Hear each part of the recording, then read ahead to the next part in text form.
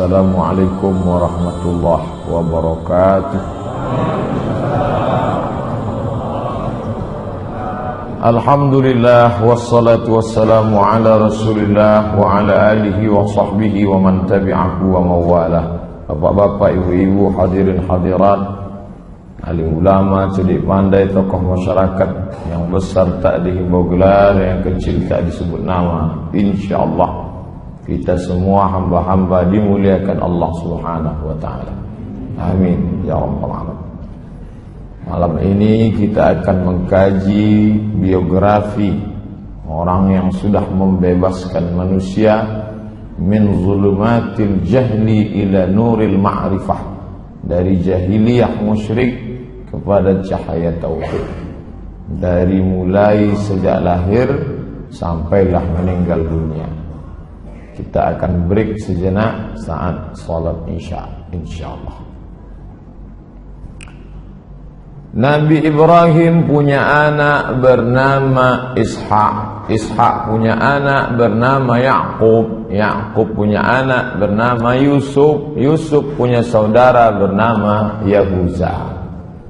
Cucu cicit Yahuza ini turun ke bawah, ada yang jadi nabi bernama Daud. Daud punya anak Sulaiman. Sulaiman bercabang dua ke kanan, Zakaria. Kemudian Zakaria punya anak Yahya. Habis. Kemudian jalurnya yang satu lagi dari Sulaiman tidak langsung punya anak bernama Imran. Imran punya anak bernama Maryam, dan Maryam punya anak bernama Isa. Habis. Jalur pertama. Nabi Ibrahim punya anak bernama Ishak. Ishak punya anak bernama Yaqub. Yaqub punya anak Bunyamin. Turun ke bawah berakhir pada Yunus. Ibrahim punya anak bernama Ishak. Ishak punya anak bernama Yaqub. Yaqub punya anak Yusuf. Yusuf punya saudara bernama Imran. Beda Imran di sini dengan Imran ayah Maryam. Imran punya anak bernama Musa, dan Musa punya adik saudara bernama Harun. Turun ke bawah Ilyasan. Nah, ini nabi-nabi yang dikenal dengan Bani Israel. Israel nama lain dari Yaqub. Yaqub nama lainnya Israel. Cucu cicit dari Yaqub itu disebut dengan Bani Israel. Sedangkan asal dari kata Yahudi adalah Ibrahim punya anak bernama Ishak. Ishak punya anak bernama Yaqub. Yaqub punya anak bernama Yusuf. Yusuf punya saudara Yahuza. Cucu cicit Yahuza disebut dengan Yahudi. Semua Yahuza Israel, tapi tidak semua Israel Yahudi. Sedangkan Muhammad sallallahu alaihi wasallam jalurnya bukan dari jalur sini, tapi bertemu pada Ibrahim. Jalurnya adalah Muhammad sallallahu alaihi wasallam punya ayah bernama Abdullah. Abdullah anak Abdul Muttalib. Abdul Muttalib anak Hashim. Hashim anak Abdi Manaf. Abdi Manaf anak Qusay. Qusay anak Kilab. Kilab anak Murah. Murah anak Ka'ab. Ka'ab anak Lu'ay. Lu'ay anak Ghalib. Ghalib anak Fihir. Fihir anak Malik. Malik anak Nadar. Nadar anak Kinanah. Kinanah anak Khuzaimah. Khuzaimah anak Mudrikah. Mudrikah anak Ilyas. Ilyas anak Mudar. Mudar anak Nizar. Nizar anak Ma'ad. Ma'ad anak Adnan. Adnan bukan Nabi. Namanya dibuat warna. Apa warnanya ini? Adnan karena nasab yang sahih disebutkan Nabi hanya sampai pada Adnan. Adapun dari Adnan ini ke atas banyak ikhtilaf sampai kepada Ismail, dan Ismail anak Ibrahim, mengalir darah Ibrahim dan Ismail pada diri Muhammad sallallahu alaihi wasallam. Inilah nasab dia. Nasab kita Pak Ustaz, nanti pertemuan lain kita kaji.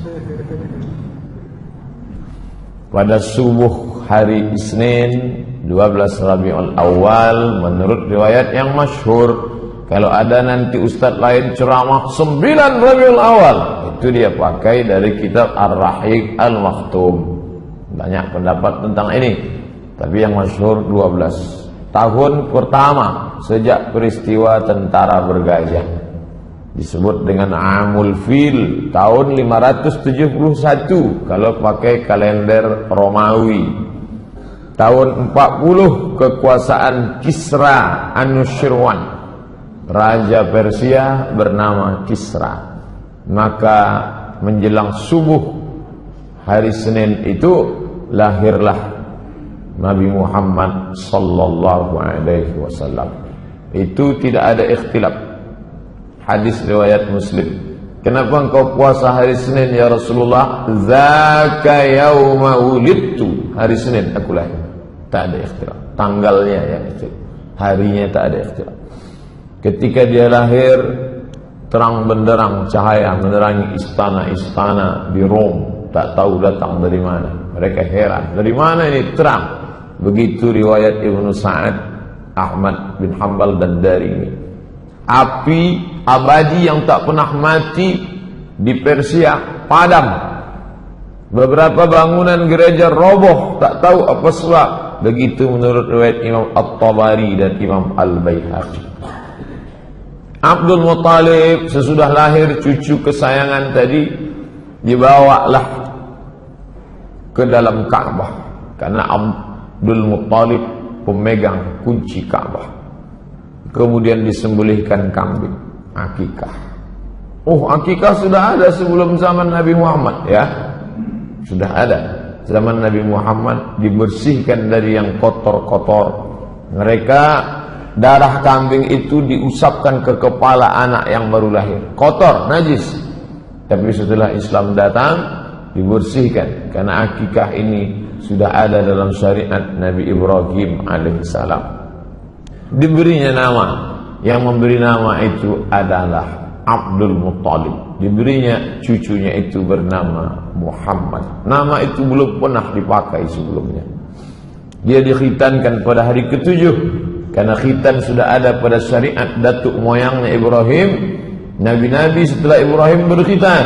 Nabi Musa berkhitan, Nabi Isa berkhitan, Nabi Muhammad berkhitan.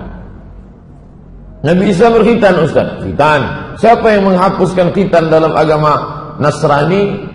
Paus bernama Saul, seorang laki-laki merubah namanya menjadi Paulus. Dialah yang menghapuskan khitan. Kata dia, sejak Isa disalib maka semua suci, tak perlu lagi berkhitan. Kemudian tradisi orang Arab, anak itu disusukan kepada perempuan lain, disusukan kepada seorang budak sahaya Abu Lahab bernama Suwaibah Al-Aslamiyah. Kebetulan dia waktu itu melahirkan anak bernama Masruh. Maka Nabi saudara sesusuan dengan Masruh. Ibunya lain, tapi satu ibu susuan, karena Suwaibah menyusukan Muhammad sallallahu alaihi wasallam. Saat itu juga Suwaibah menyusukan bayi-bayi lain. Di antaranya adalah Hamzah bin Abdul Muttalib. Satu sisi Hamzah itu pamannya karena adik ayahnya, tapi di sisi lain juga Hamzah adalah saudara satu susuannya. Belakangan Hamzah meninggal pada perang Uhud. Kita akan kaji selanjutnya. Setelah itu ada saudara susuannya lagi, yaitu Abu Salamah ibnu Abdul Asad Al-Makhzumi. Lanjut, umur 4 tahun. Kenapa Ustaz melompat langsung? Kita ambil peristiwa penting-penting. Pada umur 4 tahun, saat itu dia sedang berada di kampung Bani Sa'd. Maka pada saat itu Jibril alaihissalam datang. Saat Nabi sedang yal'abu ma'al ghilman, Nabi sedang main-main dengan anak-anak lain. Dititipkan dengan ibu susunya yang kedua, yaitu bernama Halimatus Sa'diyah. Banyak perempuan tempat kita bernama Halimatus Sa'diyah untuk mengambil kemuliaan. Ibu susu yang pertama Suwaibah, yang kedua Halimatus Sa'diyah, di kampung Bani Sa'd. Ketika dia sedang main dengan anak-anak yang lain, tiba-tiba Jibril alaihissalam menarik tangan Nabi Muhammad, membuatnya pingsan, membelah dadanya, mengeluarkan jantungnya, kemudian dicuci. Inilah pertama kali dibedah oleh malaikat Jibril alaihissalam. Lalu kemudian anak-anak ini mengadu ke rumah. Apa kata anak-anak itu? Inna Muhammadan qad qutila. Muhammad sudah dibunuh. Anak-anak itu melihat, lari pulang ke rumah Ibu Halimah Sa'diyah. Muhammad sudah dibunuh. Lalu mereka datang lagi dan mereka lihat wajah Nabi SAW berubah raut wajahnya. Lalu mutaghayyirul laun, berubah raut wajahnya. Lalu kemudian Anas yang meriwayatkan hadis ini, Anas bin Malik berkata, wa qad kuntu ara athara dhalikal miqyad fi sadrihi.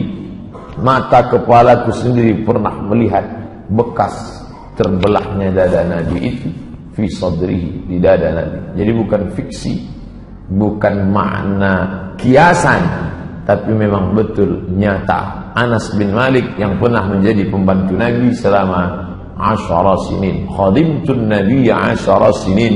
Aku menjadi pembantu Nabi 10 tahun, membawakan air mandi Nabi, membawakan terompah Nabi, dan pernah dia melihat Nabi berbuka baju, nampaknya bekas itu di dada Nabi sallallahu alaihi wasallam. Lalu Halimatu Sa'diyah merasa takut. Khasyitu, aku khawatir ini anak ini ada apa-apanya. Daripada dia nanti meninggal dunia di tanganku, maka ku kembalikanlah kepada ibunya, dikembalikanlah kepada ibu kandungnya Aminah bersama ibu Aminah hingga berusia 6 tahun. Lalu Aminah merasa perlu membawa anak ini untuk ziarah ke makam ayahnya yang sudah meninggal dunia ketika berdagang ke negeri bernama Yathrib. Lalu kemudian dibawalah anak berumur 6 tahun ini. Kira-kira anak umur 6 tahun sekarang baru masuk sekolah dasar. Anak ibu, anak bapak yang umur 6 tahun, lebih kurang begitulah usia Nabi Muhammad sallallahu alaihi wasallam. Dibawa berziarah ke makam ayahnya. Lalu kemudian dalam perjalanan pulang, hatta matat, meninggal Aminah di sebuah kampung bernama Abwa baina Makkah wal Madinah, terletak antara kota Makkah dan kota Madinah. Pulanglah Nabi sallallahu alaihi wasallam, pulang dari ziarah ke makam ayah, baru saja menemukan makam ayah, hilang pula ibu. Pulang dalam keadaan yatim piatu. Umur 6 tahun Muhammad sallallahu alaihi wasallam. Pulang ke kota Makkah dengan pembantu yang ikut bersama mereka saat itu. Lalu kemudian diserahkan kepada datuknya bernama Abdul Muttalib. Abdul Muttalib bangsawan Quraisy. Kalau dia mau duduk di samping Ka'bah, maka sudah disiapkan yudha'u firash li Abdul Muttalib. Ini tepi Ka'bah sudah disiapkan di situ kasur untuk tempat duduk Abdul Muttalib. Anak-anaknya satu pun tak ada yang berani. Anak Abdul Muttalib laki-laki 10 orang. Abbas bin Abdul Muttalib, Abu Lahab bin Abdul Muttalib, Hamzah bin Abdul Muttalib, Abdullah bin Abdul Muttalib, Abu Talib bin Abdul Muttalib. Itu yang 5 itu yang masyhur. Abu Lahab kafir masuk neraka, Hamzah masuk Islam, Abu Talib ayah Ali bin Abi Talib, Abbas bin Abu Talib ayah Abdullah bin Abbas, dan ayah Nabi Muhammad SAW. Adapun yang 5 lagi tidak masyhur, 5 perempuan. Satu pun anak laki-laki ini tak berani duduk di situ. Tapi kalau sudah datang Nabi Muhammad SAW, duduk Nabi di kasur itu bebas, cucu kesayangan. Bapak yang sudah punya cucu bisa membayangkan cucu enak saja duduk memegang kepala datuk karena ayahnya sudah meninggal dunia. Dan ketika Nabi Muhammad duduk di atas kasur itu, paman-pamannya menariknya, lalu kemudian apa kata Abu Abdul Muttalib? Kata Abdul Muttalib, da'u, biarkan ibni hadza, anakku ini, biarkan dia. Wallahi, demi Allah, inna lahu la sya'nan, sesungguhnya nanti cucuku ini punya kedudukan yang luar biasa. Mungkin batinnya sudah melihat. Inna lahu la sya'nan. Summa yajlisu ma'ahu, duduklah Datuk Abdul Muttalib bersama cucu kesayangan ala firashihi, di atas kasur, wa yamsah zahrahu, diusapnya pundak cucunya itu, disapunya pundak cucu kesayangan, wa yasurruhu, kemudian dia senang, wa yusirruhu ma yarahu yasna, dibiarkannya cucunya itu berlari-lari. Saat itu Nabi SAW diasuh, dibesarkan, kemudian pada umur 8 tahun 2 bulan 10 hari meninggal pula lah datuknya Abdul Muttalib. 2 tahun, 6 tahun meninggal ibu, diasuh oleh datuk. Umur 8 tahun 2 bulan 10 hari meninggal Abdul Muttalib. Begitu diriwayatkan oleh Imam Ibn Ishaq. Lalu kemudian diasuh oleh, irtahala bihi Abu Talib, dibawa oleh pamannya bernama Abu Talib. Ketika itu umurnya 12 tahun. Meninggal Abdul Muttalib, maka berpindah ke asuhan paman bernama Abu Talib. Abu Talib pedagang. Li'ilafi Quraisy, perjalanan orang Quraisy, ilafihim rihlatasy syita'i was-shayb, musim dingin syita, mereka pergi ke Yaman. Musim panas mereka pergi ke negeri Syam. Dalam perjalanan itu sampai mereka ke sebuah negeri bernama Busra. Kemudian mereka berhenti untuk bernaung. Keluarlah pendeta dari gereja itu bernama Bahira. Apa kata Bahira? Hadza sayyidul alamin, ini anak ini Sayyidul Alamin, pemimpin semesta alam. Lalu kemudian heranlah Abu Talib, kenapa pendeta ini tiba-tiba keluar? Zaman itu pendeta tak ada keluar, pendeta hanya di dalam gereja saja. Lalu kemudian dia tanya, kenapa kamu mengatakan begitu? Ma ilmuka bidzalik, dari mana kamu tahu itu? Apa kata Bahira? Innakum hina ashraftum minal aqabah, ketika kamu tadi berada di atas bukit mau turun ke bawah, aku melihat lam yabqa hajarun wala syajarun illa kharra sajida, semua pokok kayu dan batu-batu bersimpuh sujud. Wala yasjudani illa linabiyyin, itu pokok kayu dan batu tidak sujud kecuali hanya kepada Nabi. Wa inni a'rifuhu bi khatimin nubuwah, aku mengetahui itu dari khatim, stempel kenabian. Lalu kemudian wa inna najiduhu fi kutubina, kami sudah melihat tanda-tanda itu di dalam kitab suci kami. Pendeta Bahira memuliakan, disambutnya bidhiyafah, sebagai tamu. Lalu kemudian sa'ala Abu Talibin ayyaruddahu, hai Abu Talib, antarkanlah anak ini pulang ke Makkah, jangan kau bawa dia ke negeri Syam. Heran Abu Talib, kenapa saya bawa? Dia bantu-bantu saya dagang, ini keponakan saya. Kalau saya bawa ke negeri Syam, kenapa? Karena di negeri Syam itu khaufan alaihi minar Rum wal Yahud, karena di sana ada orang Romawi Yahudi yang memang sudah menunggu-nunggu Nabi terakhir. Kalau mereka lihat ternyata bukan dari keturunan Yahudi, mereka akan membunuhnya. Maka Bahira mengatakan, bawalah dia pulang. Saat itu umur Nabi 12 tahun, masuk umur 20. Pada ketika dia berumur 20, maka pada saat itu terjadi perang besar di sebuah pasar bernama Uqas. pasar Ukas. Perang antara Kinanah dan Quraisy. Suku besar darah biru Quraisy berperang dengan Kinanah di pasar Ukas. Penyebabnya salah seorang suku Kinanah membunuh 3 orang suku Qais. Maka disebut perang Al-Fijar karena mereka melanggar larangan perang di bulan haram. Nabi SAW ikut perang itu, menyiapkan anak panah untuk paman-pamannya. Anak panah yang panjang, di pangkalnya diberi bulu ayam, ujungnya diberi timah besi, seperti kita kemarin Sabtu Senin. Yang Nabi SAW menyiapkan itu. Inilah perang pertama yang diikuti Nabi SAW dengan pamannya. Pekerjaan Nabi sehari-hari, Nabi mengembalakan kambing Bani Sa'ad. Bani Sa'ad suku yang besar, kambing mereka banyak, dan Nabi SAW mengembalakan kambing-kambing itu. Dan kemudian setelah itu Nabi berdagang bernama Sa'ib bin Abi Sa'ib Al-Makhzumi.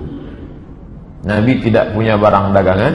Barang dagangan milik orang pemodal, orang kaya, dibawakan dagang ke Yaman, pergi ke negeri Syam. Negeri Syam itu sekarang sudah menjadi 4 negara: Suriah, Lebanon, Palestina, Yordania. Lalu kemudian pada musim dingin mereka turun ke bawah, pergi ke Yaman. Jadi kalau dihitung sekarang, dagang Nabi itu Yaman, Saudi Arabia, Yordania, Suriah, Lebanon, Palestina. 6 negara, ekspor impor. Jadi jangan bayangkan Nabi jualan antar kelurahan.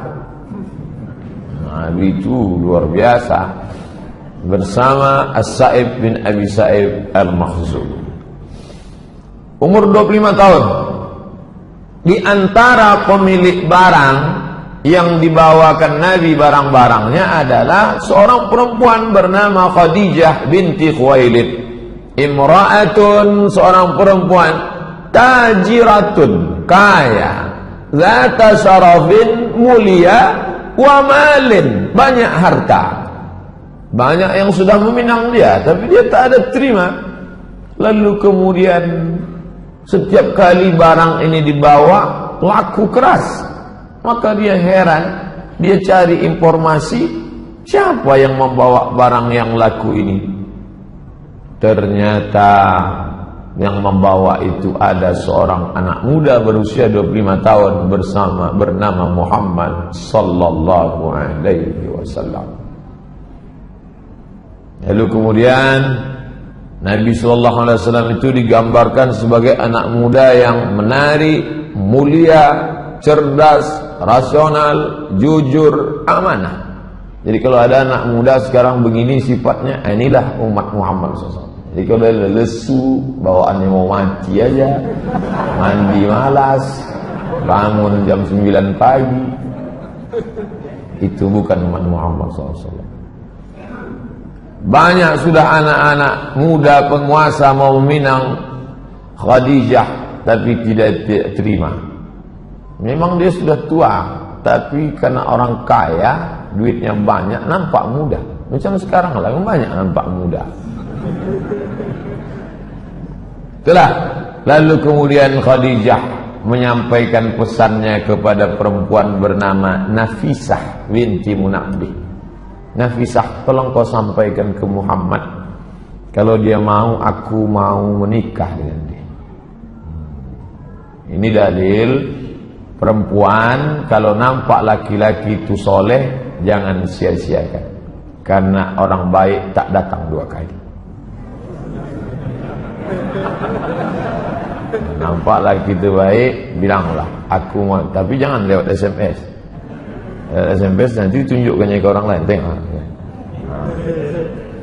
Maka kemudian kata Nafisah, Muhammad sallallahu alaihi wasallam nin Khadijah. Maka Nabi pun setuju, tapi Nabi tak langsung datang, paman-pamannya banyak meminang Khadijah.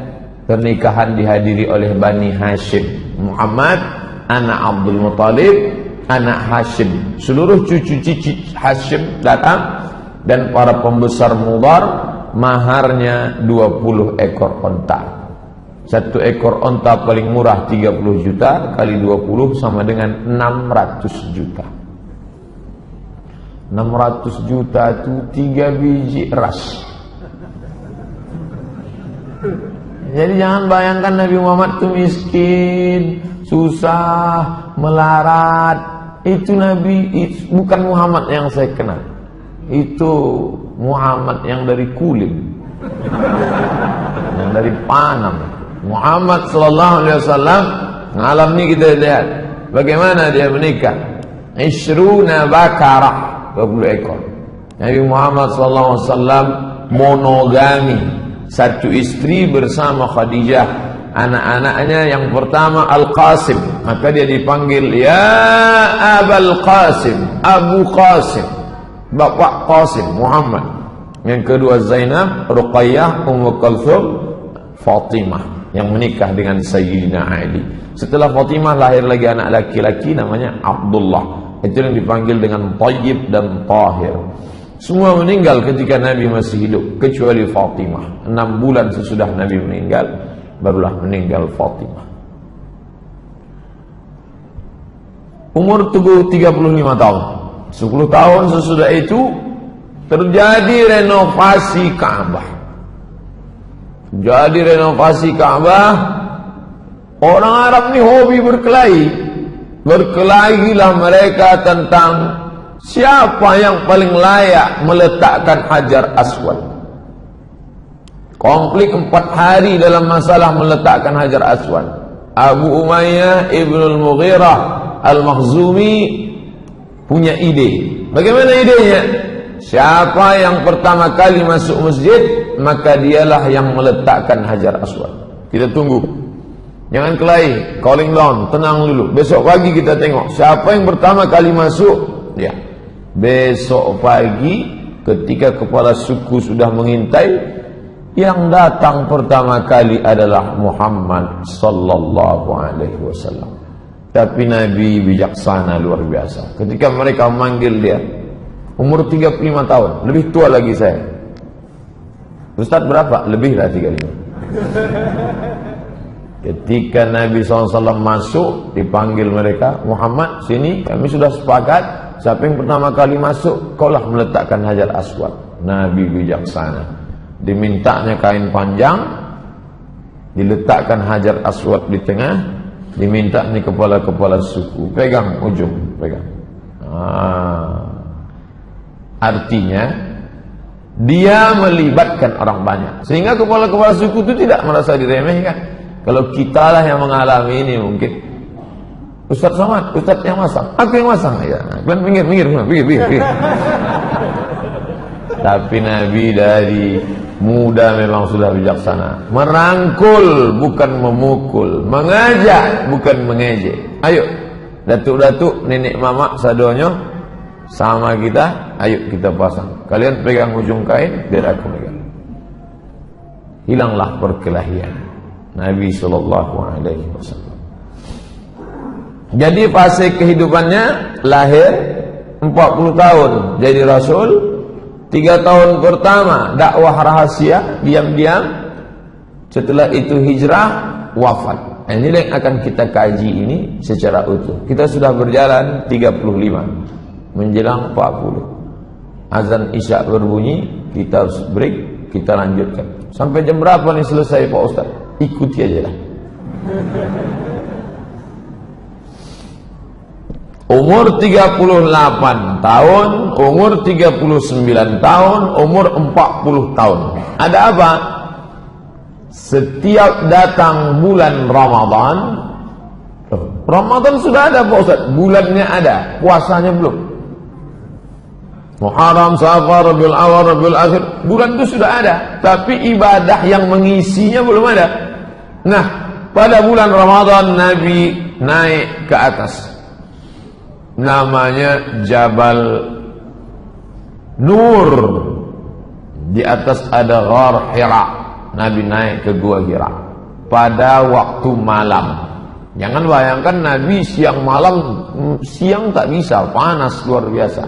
Nabi di atas malam, habis itu turun. Umur 38 sekali, 1 bulan total. Turun lagi. Umur 39 naik lagi dia ke atas. Tak ada kejadian apa-apa. Umur 40 barulah terjadi kejadian yang luar biasa. Bagaimana tiba-tiba ada makhluk yang dia tidak tahu entah apa namanya. Makhluk itu kemudian memeluk dia erat, mengatakan, "Iqra, baca." Kata dia, "Ma'ana biqari." Aku tak bisa membaca. Ma'ana biqari. Aku tak bisa membaca. Apa yang mesti ku baca? Sampai 3 kali. Sampai akhirnya makhluk itu membaca, "Iqra bismi rabbikal ladzi khalaqa. Khalaqal insana min 'alaqin. Iqra wa rabbukal akramul ladzi 'allama bil qalam. 'Allamal insana ma lam ya'lam." Turun Nabi dalam keadaan menggigil ketakutan, lalu kemudian, "Zammiluni, zammiluni, selimuti aku." Lalu kemudian Khadijah menyelimuti dia. Dia cerita tentang ini. Khadijah menenangkan dia. Itu bukan apa-apa. Tidak mungkin, karena engkau orangnya baik, menyambung silaturahim. Tapi aku akan bertanya kepada saudaraku Waraqah bin Naufal. Waraqah bin Naufal berdialog panjang. Dalam dialog itu kata Waraqah bin Naufal, menurut kitab yang aku baca, Waraqah bin Naufal membaca kitab Taurat, kitab Injil. Menurut kitab yang ku baca, maka yang datang kepada Muhammad itu adalah namus, malaikat yang pernah datang kepada Musa, yang pernah datang kepada Isa. Sebelum itu dia pernah datang kepada Ibrahim. Dan demi Allah, nanti suamimu itu akan terusir dari kota ini. Seandainya nanti aku hidup, aku orang pertama yang akan menolong dia. Kata Waraqah bin Naufal. Tenang batin Nabi, tenang fisik Nabi. Yang menenangkan itu adalah Khadijah. Nabi berumur 40 tahun. Umur 41, umur 42, umur 43. Disitulah dakwah sirri, sembunyi, diam-diam. Perempuan pertama kali yang masuk Islam Khadijah binti Khuwailid. Jadi kalau ada orang bertanya mana lebih mulia, laki-laki apa perempuan, cukuplah perempuan mendapatkan keutamaan, karena perempuan pertama kali yang beriman kepada Muhammad sallallahu alaihi wasallam. Budak hamba sahaya yang pertama kali beriman Zaid bin Harithah. Budak, sampai-sampai mereka menyebutnya Zaid bin Muhammad, Zaid bin Muhammad. Turun ayat, "Ma kana Muhammadun aba ahadin min rijalikum." Muhammad bukan ayah kamu, walakin Rasulullah, ya Rasul utusan Allah, anak angkat Nabi. Anak laki-laki yang pertama beriman Ali bin Abi Thalib. Jarak umur Nabi dengan Ali 30 tahun. Jadi kalau waktu itu Nabi umurnya 40, maka umur Ali bin Abi Thalib 30 tahun. Pria dewasa yang pertama kali masuk Islam Abu Bakar Siddiq. Jarak dia dengan Nabi 2 tahun. Nabi 40, Abu Bakar 38. Bapak yang berumur 38 saat itu menjadi Abu Bakar Siddiq. Yang berumur 10 tahun saat itu menjadi Ali bin Abi Thalib. Berumur 55 tahun Khadijah. Saat itu umur Khadijah 55 tahun. Utsman bin Affan. Utsman bin Affan berumur 35 tahun. Zubair bin Awam, Abdurrahman bin Auf, Sa'ad bin Abi Waqqas, Talhah bin Ubaidillah. Umar mana? Umar belum, belakangan. 41, 42, 43 dakwah secara rahasia. Person to person, dakwah fardiyah. Tabligh akbar seperti ini tak bisa dilaksanakan. Abu Jahal, Abu Lahab, Abu Talib, Abu Sufyan sudah mengintai Tak bisa. Makanya kalau ada yang tak datang malam ini, dia takut ditangkap oleh Abu Jahal. Kau kenapa tak pernah datang pengajian ke masjid? Aku masih 3 tahun pertama, 41, 42, 43. Kita masih rahasia. Belum bisa kita tabligh akbar. Umur 44 tahun, ini tak ada tawar-menawar, dakwah mesti terang-terangan. Nabi mengundang para pembesar Bani Hashim.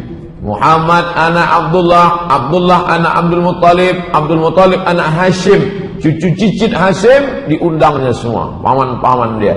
Dan anak Abdul Muttalib, semua berjumlah 45 orang. Nabi Muhammad naik ke atas bukit Safa, kumpulkannya semua paman-pamannya, lalu dia tanyakan kepada mereka, seandainya ku katakan di belakang bukit Safa ini, di belakang bukit Safa ada bukit besar Jabal Abi Qubais. Jabal Abi Qubais itu sekarang dipotong, ada istana Raja Fahad di atas.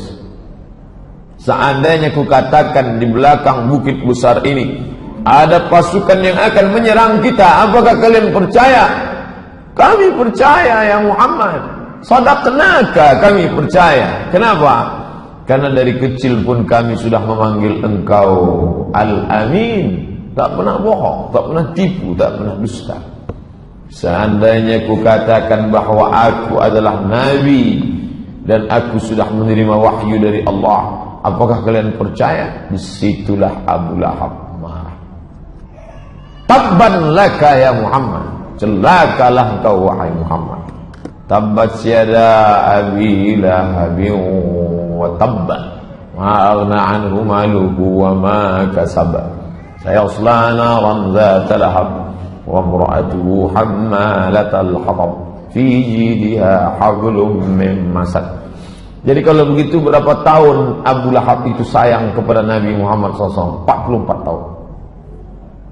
63 tahun, 44 itu sayang, sisanya itu baru benci, peperangan, permusuhan yang luar biasa. Umur 44 sampai umur 53, disitulah rintangan mulai datang. Jamaah haji dihadang, tak boleh mendengarkan dakwah Muhammad. Jamaah haji, haji sudah ada Bang? Udah. Abu Jahal, Abu Lahab itu haji Abu Lahab. Cuman tak ditulis. Seandainya ditulis tabbat siada haji Abi Lahab wa tab. Itu haji-haji semua itu. Makanya kalau ada Pak Ustaz berat kami ke masjid ini, tak disokong oleh tokoh masyarakat haji anu haji ini. Haji Abu Jahal itu. Haji Abu Jahal.